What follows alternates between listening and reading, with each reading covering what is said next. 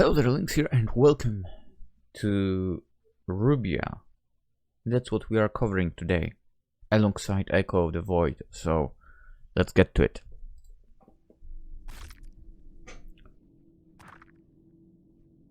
What was that sound?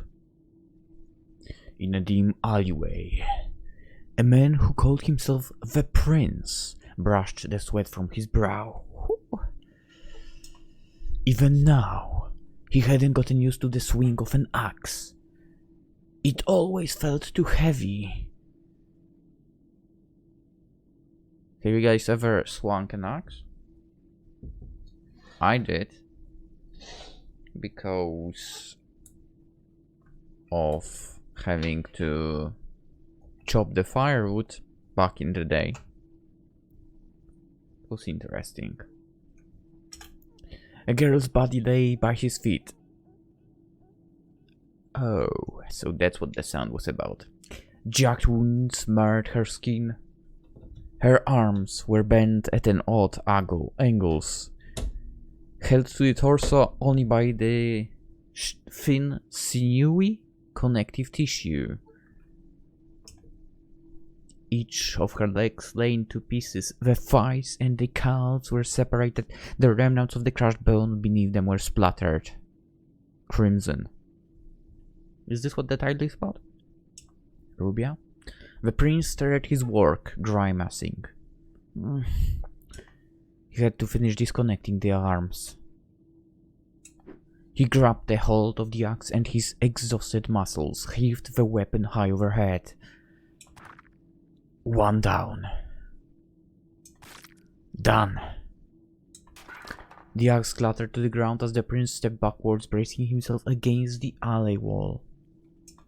He didn't have time to rest. He produced a garbage bag and knelt by the corpse, careful not to let the pooling blood touch his shoes. In a few delicate movements, the prince slipped each of the girl's limbs in the bag and tied the opening into a knot. He pulled the bag aside and admired the remains, the girl's head and torso. This was always his least favorite part. He picked up the axe again, caressing the girl's face with the axe's blade. He could almost laugh. The axe was so dull that it didn't even break the skin of her cheek. The thudding of footsteps broke the quiet night. The prince wheeled around. That young detective was standing at the end of the alleyway. In that instant, all of the prince's work had been for naught. He bolted towards the other end of the alley, with the detective in pursuit. With the distance between, the prince's silhouette was barely visible to the detective, illuminated only when passing under a street lamp. Unless he has a very good sight. The prince was already exhausted. It took all of his strength to outpace the detective. And for a detective, it was actually like a stroll. He could barely even think, with cortisol and adrenaline driving his every footstep. The prince knew he only had a few blocks worth of strength left in his legs. As his stamina began to falter, the prince turned the corner. And let me guess, he waited for the detective. The detective closed the distance. He rounded the same corner and a gunshot rang out. Wow. I mean, that's a crappy detective then. I mean, you would hear that the guy is not running. He's obviously waiting. So the detective's body tumbled to the cold asphalt as a second shot burst through his torso. He groaned, the pain burning his muscles. Even through the darkness, he could make out a smile on the prince's face as he raised his revolver for a third time. The glint of polished gunmetal shone in the detective's eye. Not like this. The detective's labored breathing slowed as he calmed himself. He climbed to his feet, blood dripping from the wounds in his stomach. Okay.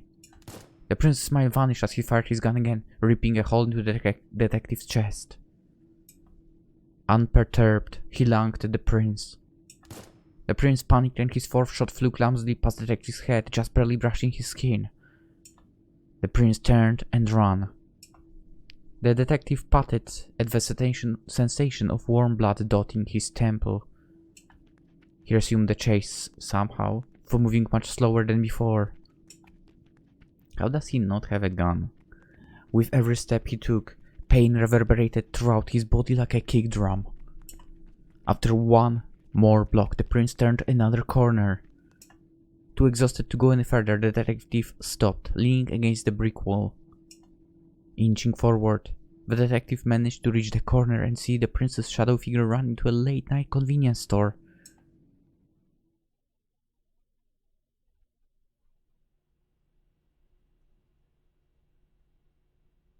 What? The dull hum of cheap fluorescent lights. I hate fluorescent lights in the stores. They always, for some reason, make my eyes hurt. And I had the same problem when I was still working at the store, sports store. Like the lights there were hurting my eyes.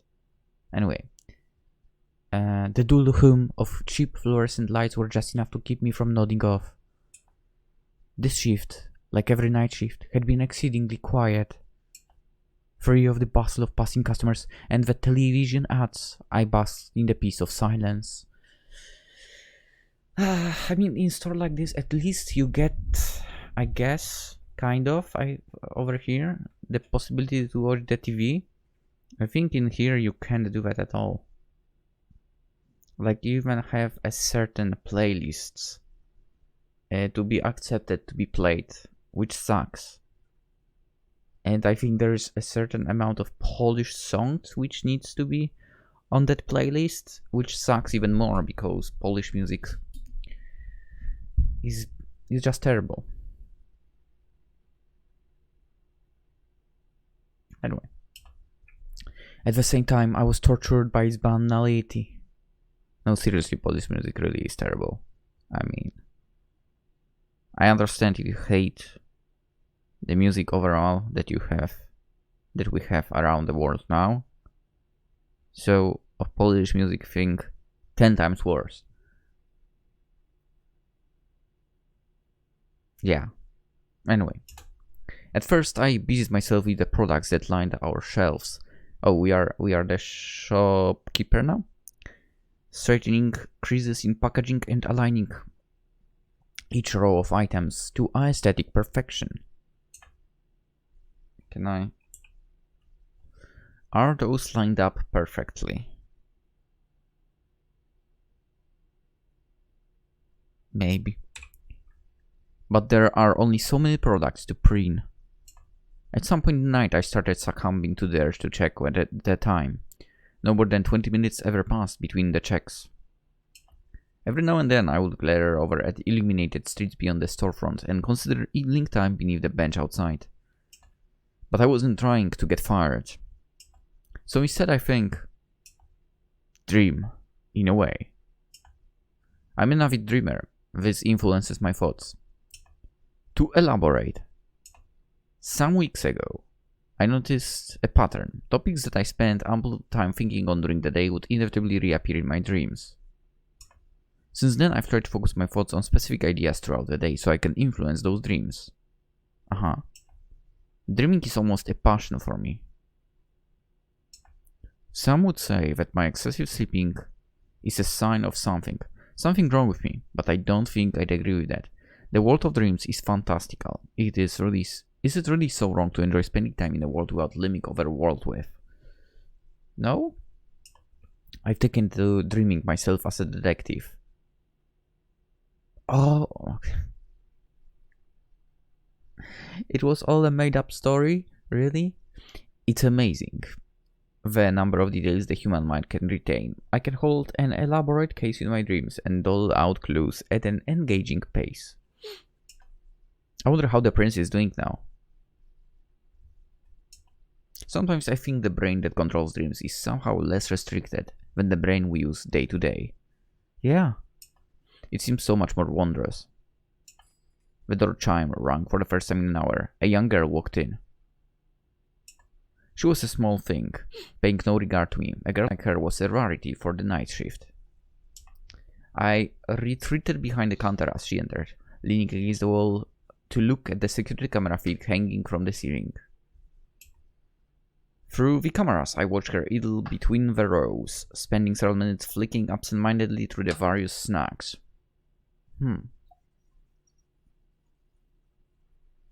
Sorry, pouring water. Her movements were quiet, as her presence alone wasn't enough to disturb the sterility of the late-night convenience store.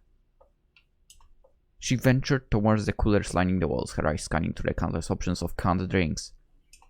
She opened one of the cooler doors and stuck her hand in, having settled on some kind of energy drink. Seeing her make the selection almost saddened me. When she leaves, I'll have nothing to look at. The thought of another uneventful hour loomed like a storm over my mind. I couldn't wait to go to sleep. Excuse me? Whoa. What's up? Her voice brought me back to earth. Oh, she blinks, nice. Sorry, miss? I hurriedly grabbed at her can and brushed it against my scanner gun. Quiet night today, isn't it? You're telling me. The scanner wasn't reading the barcode. My eyes flicked between the can in my hand and the screen on my register as I tried to piece together the problem. Not working? The girl's voice seemed insincere, as if she wasn't surprised that the register wasn't functioning properly. Sorry, just give me a second. I mean, all you have to do is write the code or the name of the product, find it, and that's it, really. Really. To be fair, there's nothing to stress about. I tried the scanner gun a few more times, no success. Annoyed, my hand moved towards the register's keyboard and my fingers began to type out the string of numbers along the barcode's top.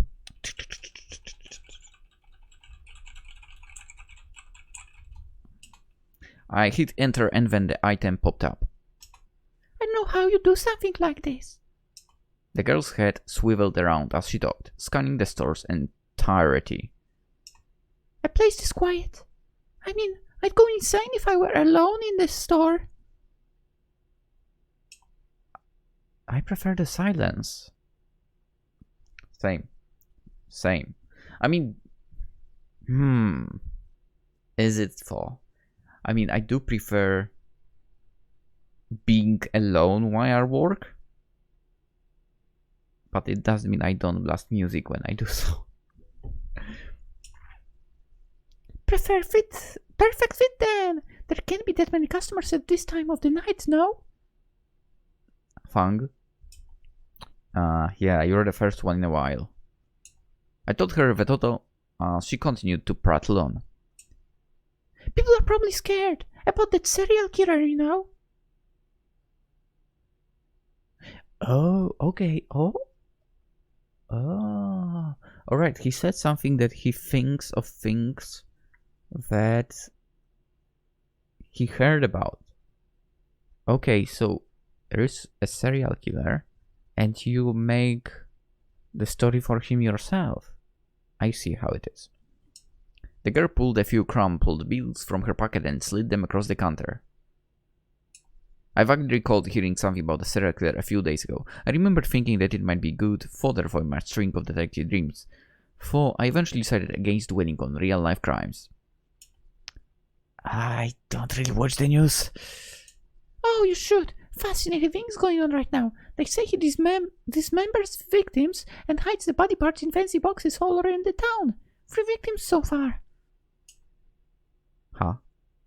I made a noise of faint interest. I put her money into the register and counted out her change. A laugh escaped the girl's lips. Sorry, it must be a weird thing to bring up. It's just been on my mind lately. You know what? It's been a while from that moment. But I have a kind of a weird story like this as well. I've been walking a dog and some girl approached, right? Can I pet the dog? Sure, go ahead, whatever, right? I was typing something on the phone as well. And she brings a topic of, like, crazy topic like this one, basically. Like, should I be saying that for? I mean, it was kind of similar to that, okay? Except it wasn't exactly like dismembering and so on, but she was like, okay, I will say it, whatever. Basically, she told me the story that some woman got pregnant, gave birth in secret, so no hospital and so on, and burned the child. I'm like, what the fuck? Why would you tell me that? What kind of topic is that? What? Why would you say it? Luckily enough, I've never saw that person again. Because holy crap, I'm afraid what kind of topic she would bring again. Crazy. Anyway, I guess once in a while you get to meet run into a crazy person. Kind of.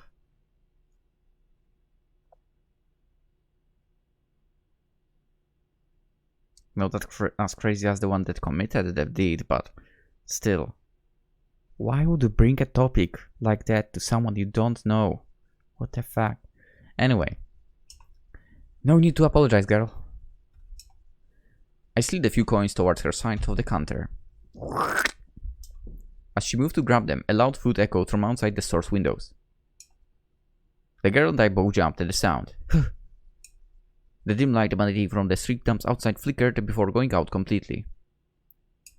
The girl's hands were hovering over the coins, frozen in place.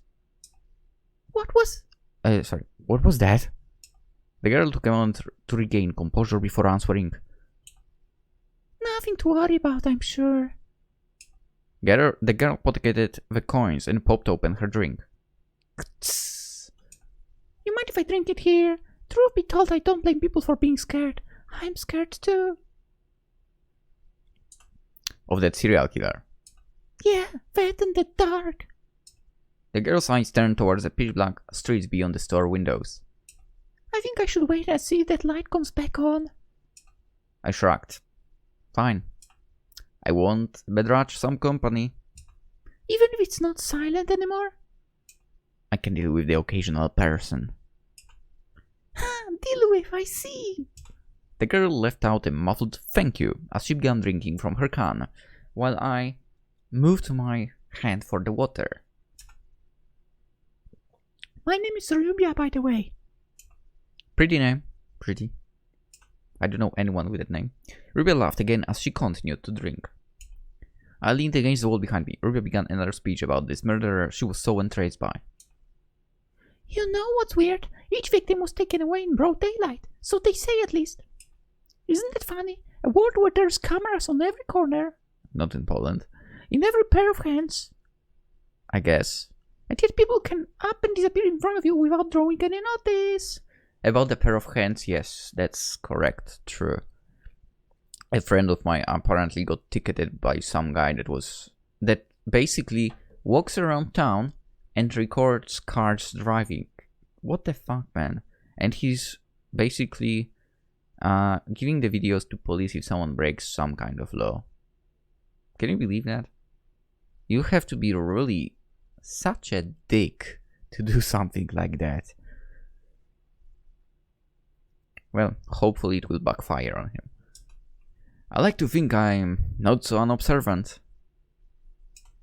You'd like to think that, yeah? I'd like to think so as well. We humans are so fallible, aren't we? Another toot echoed from the store windows, louder than the last. A vague fear began to creep into my psyche. What is going on out there? Rubia was looking down, perfectly still. Don't pay that attention. All kinds of things go bump in the night. You shouldn't worry about every sound the dark offers us. I raised an eyebrow, but ultimately decided not to make too much of a deal about the sounds. I can do that too. And I mean one. Anyway, she was right. All kinds of things go bump in the night. Furthermore, her voice had a certain soothing quality to it, as if I was certain to be safe from whatever was lurking outside the storefront as long as she kept talking. I leaned into the feeling, urging her to continue. Go on. I mean, go on. Yeah, boxes. These ornate wooden ones lined with expensive linens, all nestled against a rotting leg or something. Not too bloody aside from what I've heard. A friend of mine was one of the unlucky few to first discover a box. Maybe the madman drained the blood before putting it in. What are you talking about right now? Exsanguination, you know. Just a thought. I assume he has a process of some kind. Have you ever seen a corpse before? You ask such morbid questions. Maybe I'm looking for morbid answers. Then I'm sorry, but I'll have to disappoint you.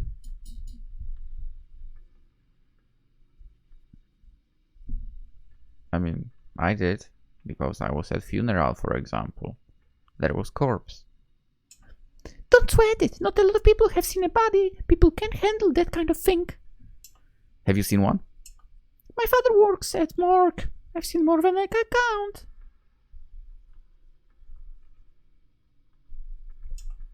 Has that desensitized you? Who knows? The bodies I've seen are long dead before I lay my eyes on them. Maybe if I saw a fresh one, it would stir me. Rubia's hand inched across the counter and she began playing with one of the cheap butane lighters on display. Never seen just a single body part fall, separated from the rest. Everybody I've seen has been entirely whole.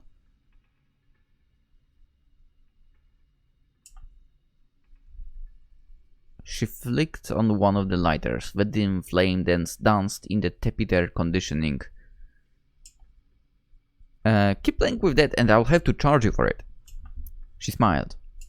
Have you heard of the murderer Huang Jiang? Is he like a Fate character? Can't say I have, sorry. Some family owed him a lot of money. Gambling debts that they couldn't pay. After some time, Jiang came to collect. The family owned and operated this restaurant. Jiang showed up at closing hours and demanded his money. When he realized he wasn't getting it, he killed and dismembered the family and took over the restaurant. He wasn't caught until about a year later. Legend has it that he ground up the limbs of the people he killed and packed them into the restaurant's pork buns. Scary, no? It's frightening what some people are capable of doing. I nodded in agreement. Brace yourself. Before I could properly comprehend what she had said, a third foot hit the windows, louder than either before. I jumped back and stared at the windows before turning to Rubia. How did you know that was going to happen? Lucky guess. What's going on out there? How should I know? It's probably nothing. Then I will go and see. I pushed my way out of the counter. Rubia stood directly in front of me. Her palm pressed against my chest, pushing back against my movement. Don't worry about what's going on there. I stared at the girl's deep red eyes. I felt a strange emptiness from them. So, is there something happening outside or not? It's nothing you need to worry about, trust me. What is it then? Rubia frowned, her eyes squinting at me, as if analyzing me somehow. You could think of it as my sister. Sister? Rubia indicated with her head for me to step back behind the counter. I pursed my lips by acquist. I fucking don't know how to spell this word. I never remember. Let's see quickly. Acquist? Ah, it loads for so.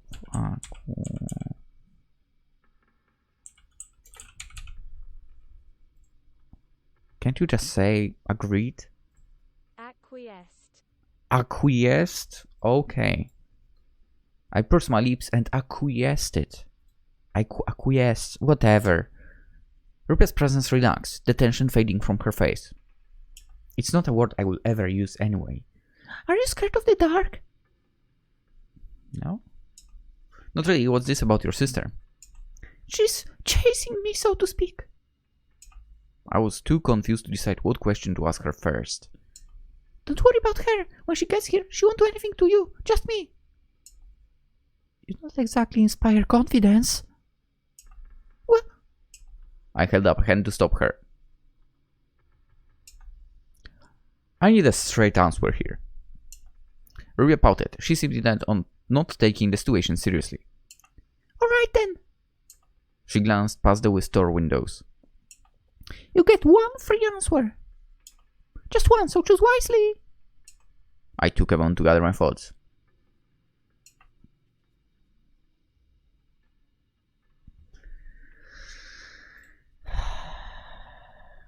Oh, come on, there's no save? Fuck. What if we want to go back to this?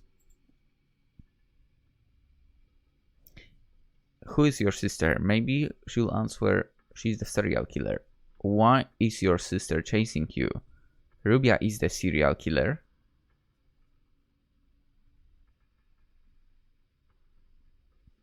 Right? I think she is. And it's a detective, basically. Even though Prince was supposed to be a guy. For then again, the prince he created is his creation, right? We don't know if the serial killer is a guy or not.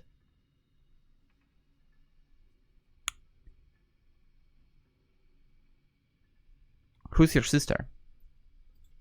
She's Rubia's face scrunched as she thought. a princess, in a way. So she's a killer. And you are running away from the killer? Are you Am I what? a princess? Rubia let out a somber laugh at the notion. Oh no, absolutely not. They'd never let me. Before I could ask anything else, Rubia backed away from the counter. She's here. Rubia took the lighter she had been playing with, stepping towards the store's exit. Wait! She turned her eyes, staring right through me. You said she won't do anything to me. Why not? Rubia's face twisted into a sad smile. Because you're not scared of the dark.